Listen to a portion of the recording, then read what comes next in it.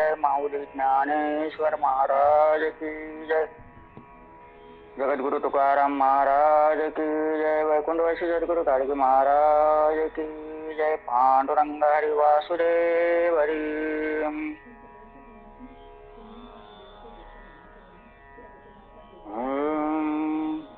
म्हणून श्री गणेशाय नमः. म्हणून जाणते गुरु भजने भजिजे, तेने कृत कार्य होईजे. तैसे मूळ सिंचिजे सहजे, शाखा पल्लव संतोषिती. पुंडरी कवर्धहर विठ्ठल श्री ज्ञानदेव तुकाराम पंढरीनाथ महाराज की जय. श्री प्रस्तुत प्रसंगी सेवेसाठी भेटलेली ज्ञानेश्वरी मधील एक ग्रंथराज ज्ञानेश्वरी मधील एक ओवी आहे. या ओवीमध्ये माऊली काय सांगतायत तर, म्हणून जे शहाणे आहेत त्यानेच श्री गुरूंची सेवा करावी. असे गुरु तरी कसे असावे तर, गुरूंचं साक्षात उदाहरण घ्यायचं झालं तर आम्ही सुद्धा आतापर्यंत सद्गुरु वैकुंठवासी सद्गुरु गाडगे महाराज संप्रदायाचं कृत कार्य होई जे, जैसे मूळ सिंचनी सहजे शाखा पल्लव संतोषिती. हे पूर्ण झालेली आहे होई. म्हणून जे शहाणे आहेत त्याने श्री गुरूंची सेवा करावी, म्हणजे मनातील सर्व हेतू सिद्धीत जातील. त्याचप्रमाणे झाडांच्या मुळाशी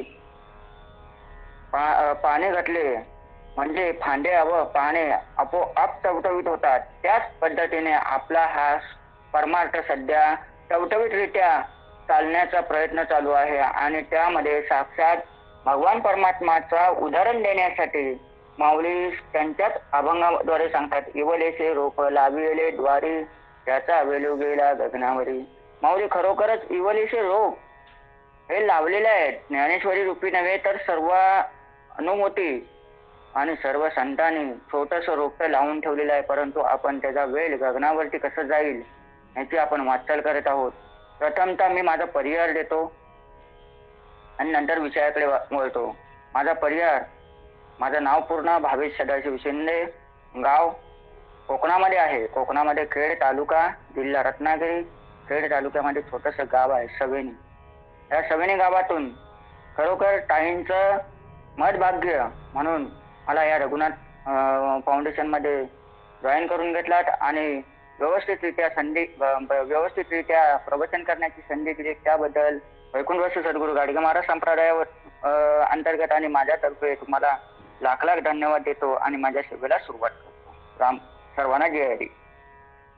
तर गुरु कसा असावा, गुरु असावा कसा आणि गुरुशी काय आणि गुरुची तुलना कशाशी करावी, एवढंच नव्हे तर गुरुशी तुलना आपण शिष्याने केली तर आपल्याला ते पाप लागतं. म्हणून गुरु कसा असावा तर, ज्या गुरुचा तिन्ही लोकी झेंडा असा गुरु आपला गुरु असावा. तोच आपल्याला मार्ग दाखवू शकतो. आणि खरोखरच प्रथमतः आज वार सुद्धा गुरुवार दत्तगुरूंचं स्तवन करतो.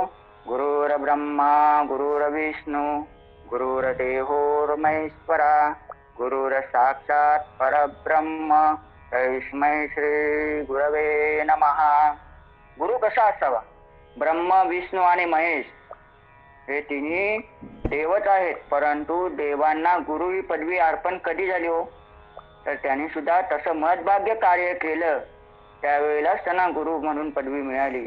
अन्यथा साक्षात आता भगवान परमात्म्यांची म्हणजे वैकुंठवासी सद्गुरु गाडगे महाराज यांना सुद्धा महत्भाग्य गुरु परंपरा मिळाली. ती सुद्धा कधी मिळाली, कशी मिळाली आणि त्यांचा उदरनिर्वाह कसा होत होता हे तुम्हाला मी आजच्या प्रवचनद्वारे सांगणार आहे.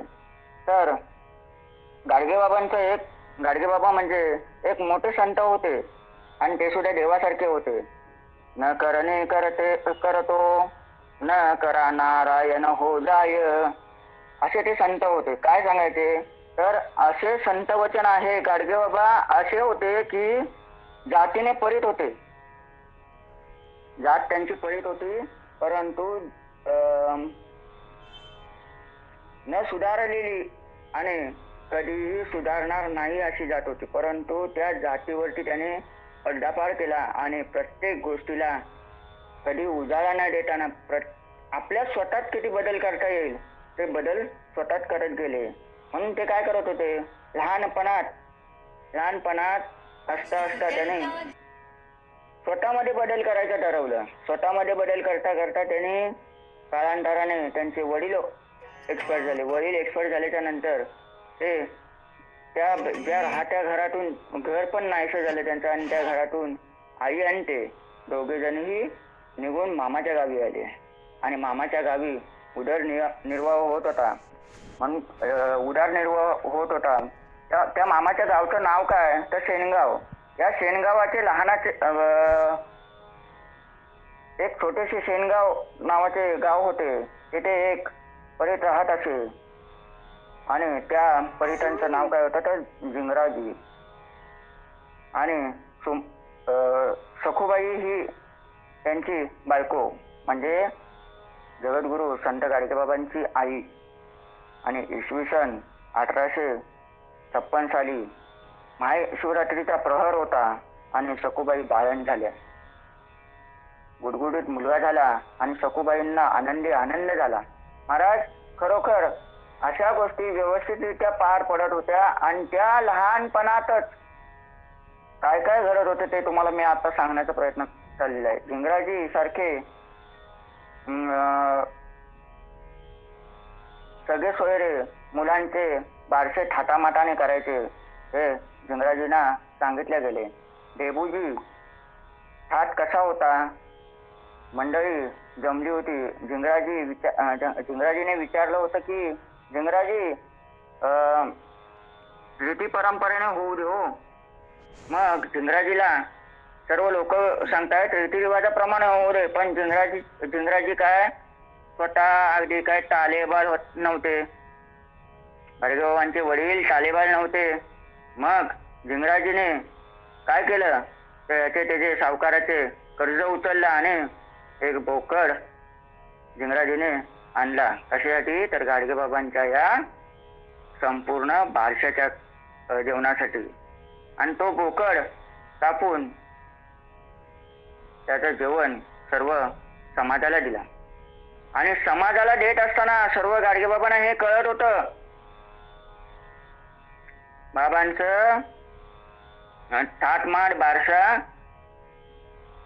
ह्याच्यामध्ये गेला. कशामध्ये गेला तर चांगलं खाण्यात गेला. बाकीचं थाटमाट वाढदिवस आला, हे आले ते आले, सर्व रीतिरिवाजाप्रमाणे करत होते. आणि काळांतराने बाबांच्या वडिलांवरती काळाचा ओघ बसला. बाबांचे वडील झिंगराजी हे दारूच्या नशेत राहून त्यांच्यावरती काळाचा पडदा पडला आणि काळांतराने ते मरण पावले. मरण पावल्याच्या नंतर डेबूजी स्वतः काय करी तर मामाच्या घरी गेले. आई आणि ते दोघे जण मामाच्या घरी गेले. मामाची काय करत होते तर गुरं राखीत होते. गुरं राखता काय व्हायचं तर गुरं मामा ज्या वेळेला राखत होतं त्या टायमाला कशी होती, हिरपाळलेली होती. माऊली आज खरोखरच त्याने पोटभर चरून दिली गुरांना. एके दिवशी पोटभर चरून दिली आणि एक दिवस चरून दिली, दुसऱ्या दिवशी चरून दिली, तिसऱ्या दिवशी चरून दिली. आणि त्या प्रत्येक काळाच्या ओघात गुरं टुनटुनीत दिसायला लागली, टवटवीत दिसायला लागली. का तर डेबूचं कार्यच चांगलं होतं, कार्य व्यवस्थित होतं. आणि त्या पद्धतीने कार्य करत असताना डेबूजी स्वतः गुरं आणून बांधली आणि गुरांना धारा काढायला बसले. मामा त्या वेळेला धारेतून 2 धारा जास्ती दूध मिळायला लागलं. त्यावेळेला मामा आणि मामी प्रफुल्लित चेहऱ्याने म्हणायला लागली, डेबू हा प्रकार कसं काय. मामा म्हणायला लागला, हा प्रकार कसं काय तर माझ्या डेबूने हे खूप माझ्यावरती मेहरबानी केलेली आहे. अशा रीतीने व्यवस्थितरित्या काम करत असताना बाबांवरती प्रत्येक काळाच्या ओघात प्रत्येक काम व्यवस्थित करणं हा बाबांचा हेतू होता. म्हणूनच आजही सुद्धा आता गाडगेबाबांना राष्ट्रसंत पदवी मिळालेली आहे. परंतु काय बाबा करायचे हो, प्रत्येक गावोगावी जायचं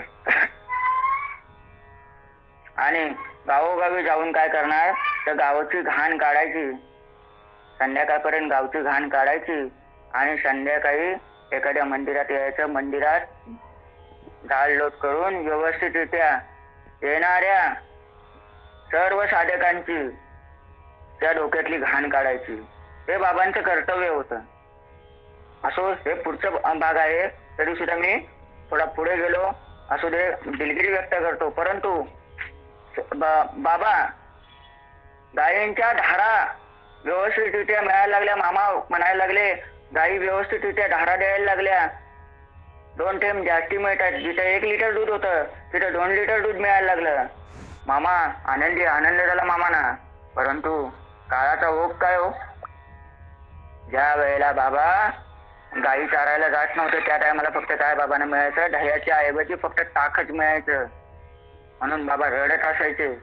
माऊली बाबा रडत असायचे. परंतु त्या बाबांना त्यांच्या आईने सांगितलं, बाबा रे आपण काय काम करीत ना, आपले वडील गेलेले आहेत, आपल्याला वडिलांचं छत्र नाही आहे, आपण आपल्या कामाला लागू, त्या टायमाला आपल्याला 2 घास सुखाचे मिळतील. त्या रीतीने खरोखरच माऊली आज बघायला गेलं तर व्यवस्थितरित्या बाबांना नंतर प्रचिती मिळाली आणि बाबांनी गुरं चारून आणल्याच्या नंतर काय झालं, 1 लिटर दुधाचं 2 लिटर दूध मिळायला लागलं. त्या टायमाला बाबांकडे बाबांच्या मामा मामीने प्रफुल्लित चेहऱ्याने बघितलं आणि प्रफुल्लित चेहऱ्याने बघत असताना एक घटना घडली माऊली.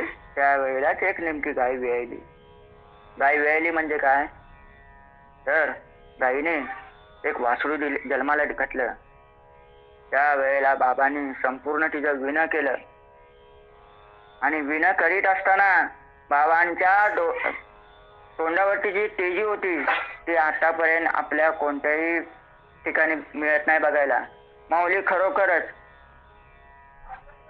9 महिने 9 दिवस गर्भामध्ये लहान मूल वाढवायचं किंवा मूल वाढवायचं हे तुम्हाला सांगण्यासारखं नाहीये, अशातला काही भाग नाहीये. फक्त काय तर माऊली आज जर बघायला गेलं तर 9 महिने 9 दिवस मूल वाढवायचं आणि त्याला जन्माला घालायची ही क्रिया करताना काय करावं लागतं आणि काय नाही हे बाबाने सर्व केलं.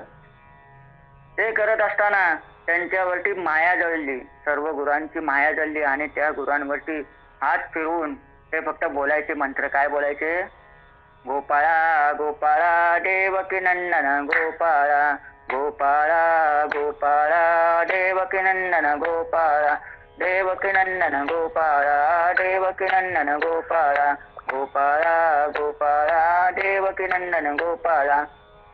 या रीतीने ते कार्य करत होते आणि काम करत होते. परंतु ते काम करत असताना सुद्धा बाबाने काही दिवसाने त्यांच्या वाडीमध्ये म्हणजे मामाच्या वाडीमध्ये काही भजन मंडळी होती. म्हणून भजनात जायचे आणि भजनात बसायला लागले, भजन गायला लागले. त्यावेळेला भजन पहिल्यांदाच त्यांनी गायलेलं काय आहे तर अवघाची संसार सुखाचा करीना, आनंदे भरेना तिन्ही लोका.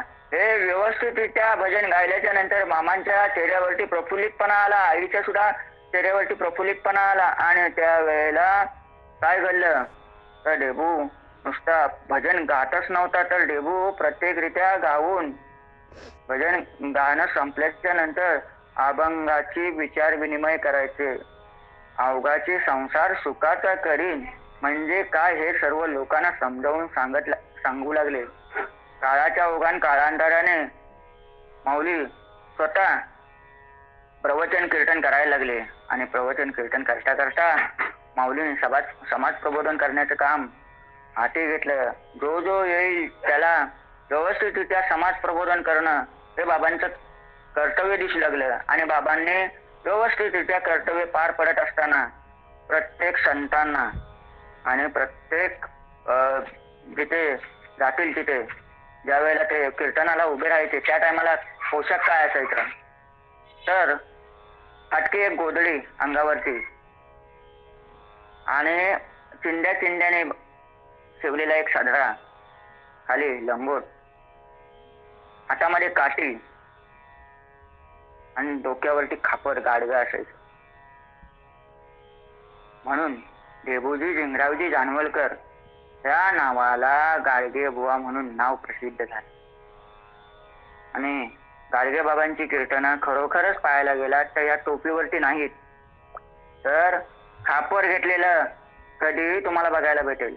माऊली आज थोडकं म्हणायचं झालं तर फक्त गाडगे महाराज संप्रदायाची ओळख काय असेल तर भगवा वेषांतर आणि खाली सुद्धा भगवा वेषांतर, भगव्या वेषांतर शिवाय काही नाही. का तर हे त्यागाचं प्रतीक आहे. म्हणून गाडगे बाबांनी ज्या वेळेला शेवटचं कीर्तन केलं त्या टायमाला भगवा वेषांतर करून काय केलं, ग्वाल्हेरला त्यांचं कीर्तन झालं. ग्वाल्हेरला कीर्तन होत असताना शेवटच्या वेळेला कीर्तन होत असताना त्याने भगवं प्रतीक लायलं.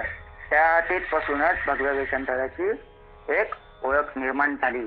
आणि गाडगे बाबांचं कार्य काय आहे तर प्रत्येक ठिकाणी, एवढंच नाही तर प्रत्येक ठिकाणी जिथे त्यांची जाल तिथे मंदिरं असतात, त्या मंदिरामध्ये सुद्धा कोणत्याही जाती धर्माच्या व्यक्तीला प्रवेश मिळतो. एवढंच नाही तर गाडगे बाबांचा मूळ मंत्र काय असेल तर गोपाळ गोपाळ देवकी नंदन गोपाळच आहे. कुठेही कशी सुरुवात करायची झाली तर गोपाळ गोपाळ देवकी नंदन गोपाळानेच असो. मधभाग्य एवढंच की आज गुरुवार आहे. गुरु कसा असावा हे सांगण्यासाठी मी एक ओवी निवडलेली आहे. त्या ओवीवरती मी जातो आता. परंतु मला गाडगे बाबांच्या जीवनचरित्रावरती बोलायचं होतं म्हणून मी बोलणं केलं. एवढंच नाही तर बाबा गाडगे बाबा काय करायचे तर आपण देव ह्याच्यात बघतो त्याच्यात बघतो, दगडामध्ये सुद्धा देव बघतो. माऊली मला सांगा, दगडामध्ये देव खरोखर आहे का हो? पाषाणामध्ये देव आहे का? नाही. आपण इकडे तिकडे जातो. मरियाई आहे, जानाई आहे, परत आपल्या बांधावरचे वेतोबा देव आहेत. हे खरोखर देव आहेत का? नाही. तर माऊली फक्त एकच तुमच्या आमच्या हृदयामध्ये आहे तोच देव.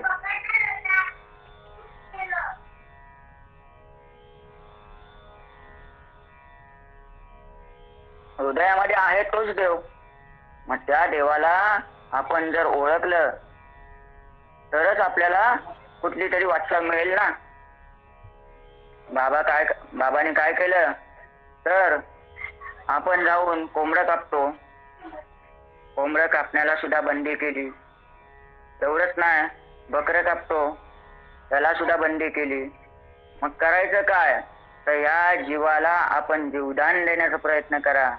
हे बाबांनी साक्षात मूळ पटवून दिलं. काय पटवून दिलं तर ह्या जीवदानामध्ये आपल्याला काय मिळेल आणि काय नाही तर साक्षात भगवान परमात्मा आपल्याला भेटतो. कुठे भेटतो? कोंबड्यामध्ये. कोंबडा हा कोणाचा शिष्य आहे हो? आज गुरुवार आहे माऊली. दत्तगुरूंचा कोंबडा हा शिष्य आहे आणि दत्तगुरु त्याचे गुरु आहेत. म्हणून सकाळी हरली देतो, कुकू कुक. मला सांगा ह्याच्यामध्ये जय जय गुरुदेव दत्त ही हरली आपल्याला शांत चित्ताने जर भाव धरून वाटे ज्ञानेश्वरी जर भाव धरून वाचलं तर आपल्याला ज्ञानेश्वरीत भरपूर आहे. परंतु तसंच त्याची सुद्धा आरोळी जर आपण भाव धरून ऐकली ना तर आपल्याला त्याच्यामध्ये साक्षात भगवान परमात्म्याचा आवाज येताना दिसतो. एवढंच नाही मग त्याला आपण कापायची का? हे बाबांनी पटवून दिलं.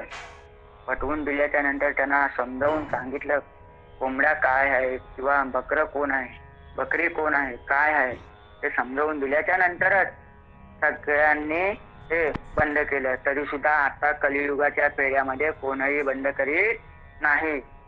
महाराज मला फक्त एकच हात जोडून विनंती राहील की कोणी नशापान वगैरे करत असाल तर तुम्ही नशापान करण्याच्या ऐवजी आपल्या या संप्रदायामध्ये या सांप्रदायिक व्हा आणि संप्रदायाचे नियम पाळा. तुम्ही वरातीमध्ये नाचण्यापेक्षा या संप्रदायाच्या दिंडीमध्ये जर नाचलात ना तर आपल्या पायांना साक्षात भगवान परमात्मा हात लावल्याशिवाय राहणार नाही. म्हणून फक्त एकच सांगितलेलं आहे, जयाची या गळा तुळशीची माळ यमपद कमला वंदे त्याच्या. मला सांगा ज्याच्या दाराजवळ तुळस असेल आणि खरोखरच ज्याच्या गळामध्ये तुळशीची मात्रा असेल त्याचा यम खरोखर पाय वंदन केल्याशिवाय राहत नाही. हे साक्षात जगद्गुरु तुकोबारायाने सुद्धा सांगितलेलं आहे. एवढंच नाही तर बाबाने समजवत असताना आपण काय करायला पाहिजे आणि सुख दुःखाच्या फेऱ्यात किती राहायला पाहिजे एवढंच नव्हे तर बाबांच्या काळांतराने बाबांचं लग्न झालं. लग्न होऊन बाबांना मुलं वगैरे झाली आणि बाबांची कीर्तनं खरोखर चालू होती. बाबांची कीर्तन चालू असता काळांतराने फक्त बाबांचा कीर्तन चालू होता आणि तिथे गोपाळा गोपाळा देवकी नंदन गोपाळा गजर चालू होता. चालू असता एक किसान आला आणि बाबांना काय म्हटलं, अहो बाबा तुमचा मुलगा ऑफ झाला. अरे असे मेले कोठ्याने कोठी, मी का रडू एकासाठी. मला सांगा, एक मुलगा गेला म्हणून बाबा रडले नाहीत किंवा कीर्तन त्यांचं बंद केले नाही. मग माऊली आपण का हो द्वेष करतो. नाही महाराज तुम्हाला सुतक आहे, नाही महाराज तुम्हाला सुवेर आहे, तुम्ही कीर्तन करू नका का. जर वैकुंठवासी सद्गुरु गाडगे महाराज कीर्तन करत असतील, त्यांचा मुलगा मेलेला असताना आपल्या मनात का द्वेष असावा. म्हणून आपला संप्रदाय मागे आहे. माऊली फक्त सांगण्याचं एकच तात्पर्य आहे, आपल्या संप्रदायाला जर पुढे न्यायचे असेल तर कोणाच्याही द्वेषभाव आणि दुजाभाव ठेवू नका. संप्रदायाला पुढे नेण्यासाठी आपण तत्पर राहूया आणि तत्परच राहावं. कधी कोणाला कमी लेखू नाही. एक मुद्दा म्हणून फक्त काय तर आपण कमी लेखतो. लहानपणा देगा देवा मुंगी साखरेचा रवा. तुकाराम महाराज काय म्हणतात, लहानपणा देगा देवा मुंगी साखरेचा रवा. मग मला सांगा, लहानपण जर दिलेलं असेल तर लहानपणात काय करू शकतो आपण. लहानपणात हरिपाठाच्या किंवा कीर्तनाच्या जागराच्या टायमाला दिंडीमध्ये नाचू शकतो आपण, हे आपल्याला सांगितलेलं आहे. परंतु आपण लहानपण खेळण्यात पागडण्यात घालवतो. म्हणून सांगितलेलं आहे, क्षणभंगुर नाही भरवसा. ह्या देहाचा क्षणभंगूर तरी भरवसा आहे का, नाहीये. लहानपण आपण जर खेळण्या बघण्यात घालवतो, तरुणपणाला आपलं संसारात गेलं. मला सांगा, तरुणपण आलं संसारात गेलं, म्हातारपणे आपण रामनाम घेणार का, नाही घेऊ शकत. तसं का ही तोंडातली बत्तीस पडून गेली की काय नाव उपचार येणार हो. हरे राम राम राम हरे हरे. हे पूर्ण क्लिअर येईल का, नाही येणार. तिथे असं येणार, आले याम याम याम आले आले. ते कुठनं का नाही येणार, ते येणारच आणि आपल्याला घेऊन जाणारच. ते कशी नेतात, मारिटी जोडीती मारून जोडूनच नेणार. परंतु महाराज मला सांगा, तात्पर्य एवढंच येतंय इथे, परमार्थ कधी करावा आणि कसा करावा. परमार्थ हा 16व्या वर्षापासून जरी करायला घेतलात ना तरी वावगं ठरणार नाही. एवढंच नव्हे तर सांगता सांगता ज्योतिताईंना हसायला येतोय, खरी गोष्ट आहे. परंतु माऊली, माझ्याकडून काही चूक जर होत असेल तर माफ करा आणि काही जर चांगले येत असेल तर सद्गुरूंचे बोल म्हणून समजून घ्या. माऊली, एवढंच नव्हे तर आताची पिढी वाहत चाललेली आहे. कशाच्या बाबतीत वाहत चाललेली आहे तर याच्या बाबतीत. मला सांगा, मद्यपान करणं किंवा नशापान करणं हे योग्य आहे का. मग योग्य असेल तर आपण त्या ठिकाणी जाऊ शकतो ना. मग योग्य काय आहे, साक्षात भगवंताच्या दिंडीमध्ये नाचणं योग्य आहे ना. आता सुद्धा आमची लहान मुलं काय धोतर घालायला लाजतात. एवढंच नव्हे, काही पुरुष आहेत ते सुद्धा सदरा घालायला लाजतात का हो. आपलं मत बघा, आपण हिंदू आहोत. हिंदूंचं रक्त कसं आहे. आणि एवढंच नव्हे तर भगव्याचं वेषांतराचं तुम्ही बोलला होता ताई, तुम्हाला एवढंच प्रवचना अंतर्गत सांगून जातो, भगव वेषांतर करण्याचा पाठीमागचा हेतू एकच आहे. मला सांगा, आपण आईच्या उदरामध्ये असतो त्या टायमाला कसं असतो, तांबडस ना. म्हटल्यानंतर पहिली जर आठवण केली तर खरोखरच बघायला गेलं तर पहिल्या आठवणीवरती आपण वावरत असू तर काय एवढंच नव्हे, संत महंत सांगून गेले. काय? संतांनी सांगूनच गेलेला आहे. आजही पाहायला गेला तर एक एक अक्षराचा आणि एका बोलाचा विचार जर करायला गेलात ना तर माऊली खरोखरच आपल्याला 1 तास नव्हे 2 तास पुरणार नाहीत, नव्हे तर रात्र पुरणार नाही. महाराजांचा मुलगा मेलेला असताना सुद्धा महाराजांनी काय केलं? कीर्तन चालू ठेवलं. असे मेले कोट्याने कोटी, का रडू एकासाठी? मला सांगा, आपण मग का असा द्वेषभाव करतो? माई मला सांगा, आजही आपण स्त्री पुरुष समानता म्हणून ठेवलेली आहे का? नाही. आपल्या धर्मामध्ये जाती किती वाटल्या गेल्या त्याचा काही विचार करू नका, परंतु आपल्या हिंदू धर्म संस्कृतीत काय आहे आणि कसं आहे हे पाहायला पाहिजे. एवढंच नाही, आपण म्हणतो मी मी मी, हे माझं ते माझं ते माझं. काय आपलं आहे हो? कोणाचे घर देह हा कोणाचा, आत्मा राम त्याचा तोची जाणे. मला सांगा, कोणाचं घर आहे आणि देह कोणाचा आहे आपला? कोणाचंच काही नाहीये. एवढंच आहे फक्त, जे काय आहे ते आपलं नाही. ते कोणाचं आहे? ते कोणाचं आहे? हे भगवंताचंच आहे. याला कारण आणि पुरावे, सबळ पुरावे आहेत आपल्याकडे. सबळ पुरावे काय आहेत? तर हा नाशिवंत देह, सनोक्षणा हाची करावा विचार, करावया पार भव सिंधू. नाशिवंत देह जाणार सकळ, ऐसका जो काळ सावधान. मला सांगा, जगद्गुरु तुकोबारायांची उदाहरणं भरपूर आहेत आपल्याला घेण्यासारखी. नाशिवंत देह जाणार आहे, नाशिवंत देह जातच आहे, परंतु बाबांच्या याच्यावरती जर पाहायला गेलात तर बाबा कधीही खराटा घेतल्याशिवाय बाहेर पडत नव्हते आणि एक छोटं गाडगे घेतल्याशिवाय कधी बाहेर पडत नव्हते. त्याच पद्धतीने आम्ही चाललेलो आहोत आणि त्याच वाटेवरती चालत असताना कधी काटे टोचले तरी आड वाटे जाऊ नये. का बाबा? जाऊ नको आड वाटे, पायी मोडतील काटे. साध सेना महाराजांचं उदाहरण आहे. आड वाटे जर आपण गेलो तर पायी काटे मोडल्याशिवाय राहत नाहीत. शेतकऱ्याची रीत आहे, छोटी वाट दिलेली आहे, त्या वाटेनच जावं शेतकऱ्याने. आड वाटे जर गेला शेतकरी तर त्याच्या पायात काटे मोडल्याशिवाय राहणार नाहीत. माऊली जामानू नका, कारण का आपण प्रवचनाला बसलो आहोत, आपण इकडे तमाशाला बसलेलो नाही आहे. जामाने देण्यापेक्षा जामाने दिली म्हटल्यानंतर झोप आपली जवळ आली. याच्यावरती एकच इलाज, फक्त सगळ्यांनी माईक ऑन करून सगळ्यांनी एकदा एक मुखाने रघुपती राघव राजाराम हे भजन करूयात, तेव्हा तुमच्या सर्वांच्या झोपा उठतील.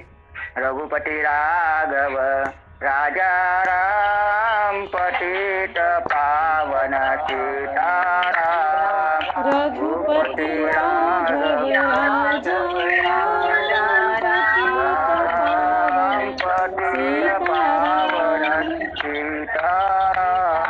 रघुपती राघव राजाराम पतित पावन सीताराम. राम पतित पावन सीताराम. भावेश महाराज, सर्वांच्या झोपा उडवण्याचा प्रयत्न आहे, बाकी काही नाही. भावेश मला सांगा, भावेश महाराज, भावेश महाराज करण्या गोमाता. म्हणून आपण साक्षात भगवंताला शरण जाण्यासाठी काय करायला पाहिजे? तर लहान मुलांना सुद्धा आपण ह्याच्यामध्ये उतरलं पाहिजे. विषय काय होता? तर साक्षात भगवान परमात्माचं नाम चिंतन करण्यासाठी आपल्याला लाज कधी बाळगू नये. एवढंच नव्हे तर साक्षात भगवान परमात्म्याकडे नाचत खेळत जाण्यासाठी सुद्धा कोणती लाज बाळगू नये.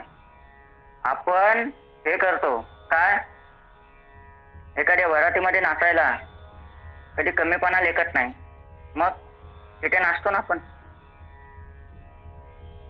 मग तिथे नाचत असताना आपल्याला कसला दुजाभाव यायला पाहिजे? भगवंताच्या दिंडीमध्ये नाचताना आपले पायच नव्हे तर दोघांनी हे करून फुगड्या सुद्धा घालायला काही हरकत नाही. एवढंच नव्हे तर साक्षात भगवान परमात्म्याची ओळख बाबाने कशी करून दिली तर गोपाळा गोपाळा देवकी नंदन गोपाळा. भगवान परमात्मा काय होते? 16,000 नारींचा मेळा घेऊन जाणारे गोपाळ कृष्ण. राधा गवळणी त्यांच्या सोबतीलाच असायच्या. परंतु एवढंच नव्हे तर ते सुद्धा काय करायचे हो? काळांतराने लोणी सुद्धा चोरून खात होते. तशीच वेळ गाडगेबाबांवरती आली होती. गाडगेबाबांना काय व्हायचं?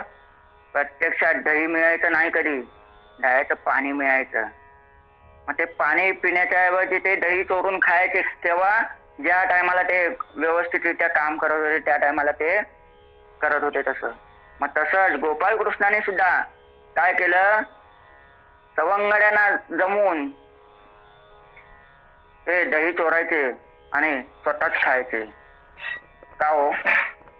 त्याच्या पाठीमागचं कारण होतं, मथुरेला हे विकायला जाण्यापेक्षा आपलं आपण खावं.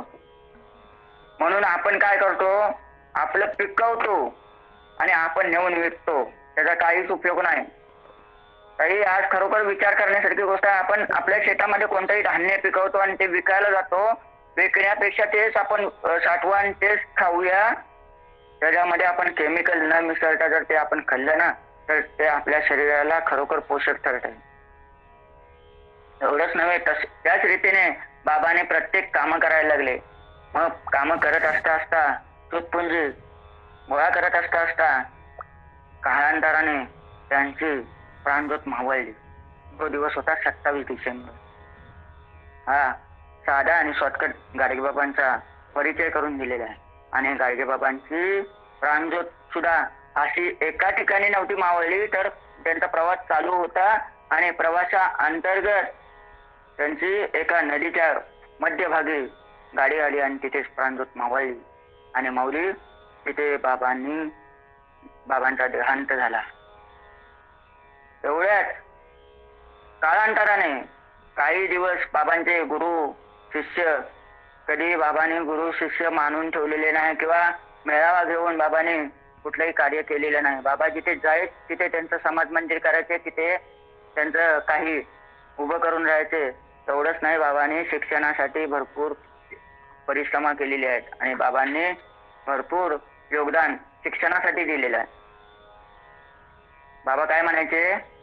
पोट्यानो, तुम्ही कुठल्या सप्त्याला किंवा ह्याला त्याला देणगी देण्याचं सोडा, परंतु जर एखाद्या शिक्षण कामाला जर देणगी दिलीत ना तर ती तुमच्या भाग्याला उपयोगी पडेल. एवढंच नाही, नाम घ्यायला पाहिजे. ते नाम कसं घ्यावं आणि नाम घेण्याची प्रवृत्ती काय असावी हे सुद्धा बाबांनी पटवून दिलं. कसं काय? हरिनाम घ्या रे घ्या, गोड हरिनाम घ्या, पण कसं घ्यावे? बाबा स्वतः भजन गायचे. भजन गात असता त्यावेळेला काय टाळ नव्हते, नाळ नव्हती, पकवाज नव्हती. मग त्यावेळेला काय फक्त दगडावरती ठेका धरायचे हो बाबा. म्हणून त्याच्यावरती तुकोबारायने एक अभंग रचलेला होता. तुकोबाची अमृतवाणी देवाजीच्या पडता काने, दगडाच्या तालामधून गायले अभंग, दगडाच्या तालामधून गायले अभंग. तुकोबांची अमृतवाणी जर दगडाच्या तालावरती जर खेळत असेल तर मला सांगा, आपण आपल्या पद्धतीने जर कुठलाही कार्यभार करत असू तर भाव धरून कुठलाही कार्य केला तर अगदी आपल्याला कोणताही कार्य व्यवस्थितरित्या पार पडल्याशिवाय राहणार नाही. हे तर खरं आहे ना. मग हे जर खरं असेल तर कोणतंही काम करत असताना आपण एवढंच नव्हे तर आपण काम, क्रोध, लोभ, मत्सर, अहंकार ह्या षडविकाराने भरलेलो आहोत. खरोखर षडविकार आहेत का आपल्याकडे? नाही. षडविकारांपैकी आपल्याकडे 1 ते 2 असतात किंवा काही जणांकडे चारही असतात. म्हणून काय आपण त्या षडविकारांकडे चढून जाऊ नये. काय रूप पाहता लोचनी सुख झाले हो 6 जणी. 6 जणी या कोण ते सांगितलं. त्यात ह्या षडविकारांना 6 जणी म्हटलेले आहेत. मग माऊलीने जर षडविकारांवरती आपण दबाव ठेवून आपण कोणतंही कार्य केलं तर ते सिद्धीस पावतं हे गुरु परंपरा सांगते. आणि गुरु परंपरा काय असावी तर गुरु कसा असावा. खरोखर जे शहाणे आहेत, जे खरोखर शहाणे आहेत ते सद्गुरु केल्याशिवाय राहत नाहीत. माणूस जन्माला आल्याच्या नंतर माणसाने काय करायला पाहिजे हो? सद्गुरु हा करायला पाहिजे की नको? पाहिजे ना. मग सद्गुरु केल्याशिवाय आपल्याला कधी शहाणपण येत नाही.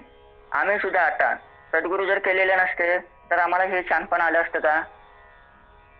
नाही. मग मला सांगा, सद्गुरु असून सापडे ना सोय धरावे ते पाये आधी आधी. मग त्याने श्रीगुरु ची सेवा सुद्धा करणं गरजेचं आहे. हे कोण सांगताय? मी नाही सांगित आहे मौली. तुम्हाला वाटत असेल की 22 महाराज सांगतायत आणि आम्ही ऐकतोय आणि सोडून देतोय. तसं नाही. तर ज्ञानेश्वरी मध्ये सांगितलं गेले की आपण श्रीगुरूंची सुद्धा सेवा केली पाहिजे आणि ती सुद्धा कशी करावी. श्रीगुरु सारिका असता पाठीरा का इतरांचा लेखा कोणाकडे. माऊली खरोखरच सांगा, श्रीगुरु सारखा जर पाठीराखा जर असेल आपला तर त्या श्रीगुरूची सेवा करायला आपल्याला काय भारी वाटतं का? नाही. मग ज्ञानोबा माऊलीने सांगितलेलं आहे. तर ज्ञानेश्वर माऊलींचे गुरु कोण? साक्षात त्यांचे स्वतःचे भाऊ निवृत्ती दादा हे त्यांचे गुरु. आणि मला सांगा, गुरु जर त्यांचे स्वतःचे भाऊ असतील तर आदिनाथ पंथाचा पाया त्यांच्याकडे कसा काय? तर त्यांचे वडील विठ्ठल पंत हे आदिनाथ संप्रदायाचे चालक. माऊली त्यांनी दीक्षा घेतली आणि नंतर कालांतराने ते घरी आले. त्यावेळेला सुद्धा त्यांना लोकांनी आतोनात हाल केले. एवढेच नव्हे तर हे संन्यासा संन्यासा संन्यासा म्हणून विनवलं. पण संन्यासाच्या मुलांना सुद्धा कालांतराने योगाने काय करावं लागलं तर संन्यासाच्या मुला विनवून घ्यावं लागलं. मग माऊली कधी झाली? ज्या वेळेला निर्जीव भिंत चालवली त्यावेळेला झाले का? नाही माऊली. मग कधी झाले? एक रेडा जात होत. एक रेडा पाणी प्यायला नेत होते आणि ब्राह्मण काय म्हणाले? हे संन्यासीच्या कार्टे, तो मूळ मायेचा कार्ट आहे माऊली. मूळ मायेच्या या कार्ट्याला तुम्ही एवढं सांगताय की संन्यासाच्या कार्ट्या तो साक्षात भगवान विष्णू आहे. हे कोणी ओळखलेलं नव्हतं. त्यावेळेला संन्यासाच्या कार्ट्या म्हणून विनवलं आणि सांगितलं हे या रेड्याच्या मुखातून तू वेड वडवून दाखव. मला सांगा, ब्राह्मणांचे नको नको ते बोलणे ऐकून घेतलं माऊलीने आणि शेवटला रेड्याच्या मस्तकावरती हात ठेवलं आणि माऊली वेड फडाफडा बोलायला लागले. माऊली स्वतः भगवंतांना विनवलं आणि भगवंताच्या रेड्यारूपी भगवंताच्या डोक्यावरती हात ठेवलं. त्याच पद्धतीने जे माऊली बोलत होते त्याच पद्धतीने रेडा सुद्धा बोलायला लागला. कोणताही ब्राह्मण चंचल नव्हता. माऊलींना खांद्यावरती उचलून घेतलं आणि त्यांना माऊली माऊली म्हणून नामचिंतन केलं. जगाची माऊली होऊन बसली म्हणून सांगितलेलं आहे पसायदानामध्ये. आता विश्वात्मके देवे येणे वाग्यज्ञे तो सावे तो सोनी मज द्यावे पसाय दान. हे मला सांगा, पसायदान व्यवस्थितरित्या आपल्याला दिलं. एवढंच नव्हे तर कोणताही ब्राह्मण कोणताही व्यक्ती तिथे चंचल नाही झाला आणि माऊली म्हणून नामचिंतन केलं. मग ह्या चंचल न होण्याला काय दिलेलं आहे? बोध काहीतरी आहे का? आहे ना माऊली. माऊली साक्षात गीतेमध्ये सांगितलेलं आहे 6व्या अध्यायामध्ये चंचल मी मनात कृष्णा प्रमार्टी बलवृद्ध दृढम तस्तान्मन्ये निग्रे वायोरी वसुदुस्तरम. ह्याच्यात शॉर्टकट मध्ये सांगतो, तुम्ही कोणतंही काम करताना चंचल होऊ नका. कोण सांगताय? तर भगवान श्रीकृष्ण सांगतात. कोणाला सांगतात? तर ते अर्जुनाला संबोधून सांगत आहेत. आणि प्रत्यक्षरित्या आज गुरु काही करत असेल तर गुरुला खरोखरच आपण शरण जायला पाहिजे. म्हणून शरण जारी गाया गुरूंशी. गुरूंना शरण गेल्याशिवाय आपल्याला कोणताही मार्ग मिळत नाही. सद्गुरूची ही कास्ट असावीच लागते. म्हणून आज गुरुवार आहे. ब्रह्मा विष्णू महेश, ब्रह्मा विष्णू आणि महेश्वर सामोरे बसले मला हे दत्त गुरु दिसले किंवा 3 शिरे 7 तया माझा दंडवट. 3 शिरांच्या गुरूंना दंडवट. परंतु मला साक्षात भगवान परमात्मा म्हणजे काय? तर ब्रह्म कोण, विष्णू कोण आणि महेश कोण, आणि विठ्ठलाशी संलग्न कसे काय ते? तर भगवंत हे विठ्ठलाशी संलग्न आहेत कसे काय? तर आज पंढरपूर घडलं. पंढरपूर हे 3रं आहे. पंढरपूर खरं पंढरपूर पहिलं पंढरपूर रायगडमध्ये होणार होतं, परंतु ते रायगडमध्ये न होताना पहिलं पंढरपूर डॉर्केट, दुसरं पंढरपूर रायगड, 3रं पंढरपूर. मला सांगा, आज ह्यात त्याला सुद्धा प्रमाणे आहेत, पण प्रमाण देत गेलो तर पुढे सेवा वाढत जाईल. मला एवढंच सांगायचं झालं तर पंढरपूर मध्ये स्थापित झाले. तिथे शंकर पहिले आले. कशाला? वारीसाठी. मग शंकराने पार्किंग करावी गाडी. त्यांची गाडी कसली होती हो? 4 व्हीलर होती ना हो? 4 व्हीलर होती का 6 व्हीलर होती का 2 व्हीलर होती? नाही तर 4 व्हीलरच होती. मग 4 व्हीलर होती. नंदीराजांचे 4 पाय. खरोखरच नंदीराजांना त्यांनी कुठे बसवून ठेवलंय? तर बाकी सर्व गावांमध्ये आपण बघायला गेलो तर शंकराच्या पुढे नंदी बघायला भेटतो. आणि आज बघायला गेला तर पंढरपुरामध्ये मारुतीच्या मंदिराजवळ त्याने नंदी उभा करून ठेवलेला आहे. आणि साक्षात भगवान परमात्मा शिवशंभू भोलेनाथ गेले नामदेव पायरीजवळ. नामदेव पायरीजवळ गेल्याच्या नंतर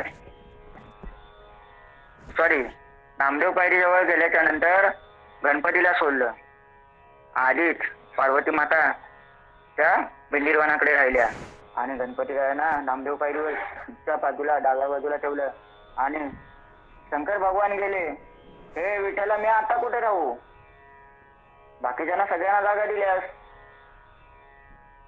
मग शंकर भगवानाला त्याच्या माथ्यावरती एक अरूढ जागा दिली. खरोखरच आपण जेवढे वारकरी आहोत तेवढ्याने कधीतरी गेलात पंढरपूरला तर महाअभिषेक घालावा. आम्ही प्रत्यक्षात घातले.